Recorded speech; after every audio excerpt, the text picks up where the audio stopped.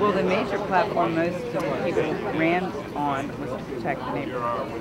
And if you look at an aerial map of the site, there's 7/8 of the surrounding area of that building are residential neighborhoods. And they have 44,000 square feet that they are going to pack with people, regardless of what they say. They just need to get in, and then what will happen, and that's a horrible intersection as it is. So we have issues with density, we have issues with parking, we have issues with the density of the site, which is way too large for the property, the acreage now, and then we also have issues with traffic.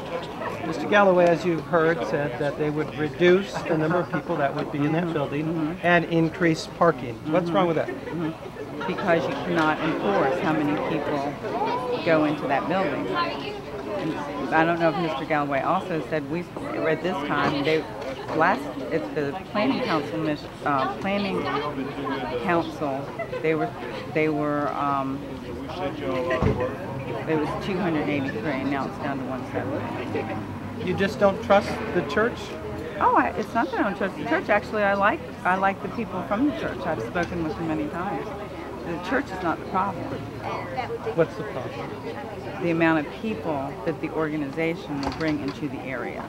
That's the problem. And you don't believe the premise he's putting out there that they would reduce those numbers?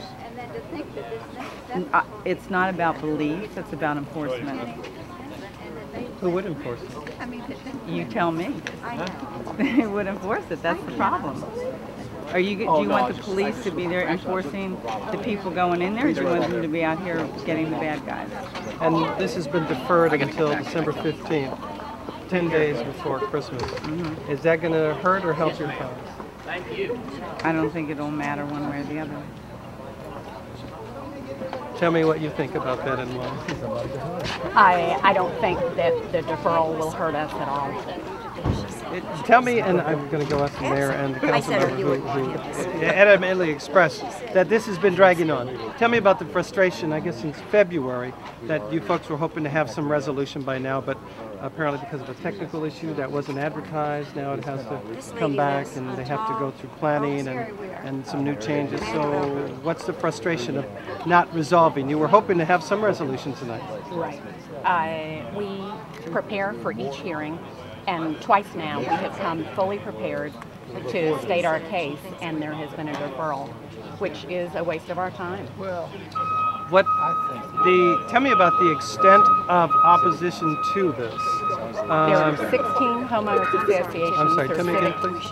There are 16 homeowners or civic associations in opposition to this, and we have collected over 500 signatures or 600 on petitions or letters in opposition, which is heavy. Do you think the council has heard your wishes, and how heavy does that weigh as far as constituency clout and perhaps listening to the people who are elected? I can't comment on what impact that will have on the council's decisions. All we can do is state our case that they wish to add a third more square footage to the building and yet reduce the square footage available for parking. And Mr. Galloway said that they're working on increasing the parking and decreasing the number of people inside the facility. You're also skeptical of that? I'm skeptical of whether it can be effectively enforced. Who should enforce it? It would be up to the Sandy Springs enforcement people or the police. And you're saying that wouldn't happen? I think it would be very difficult to enforce. Okay, good.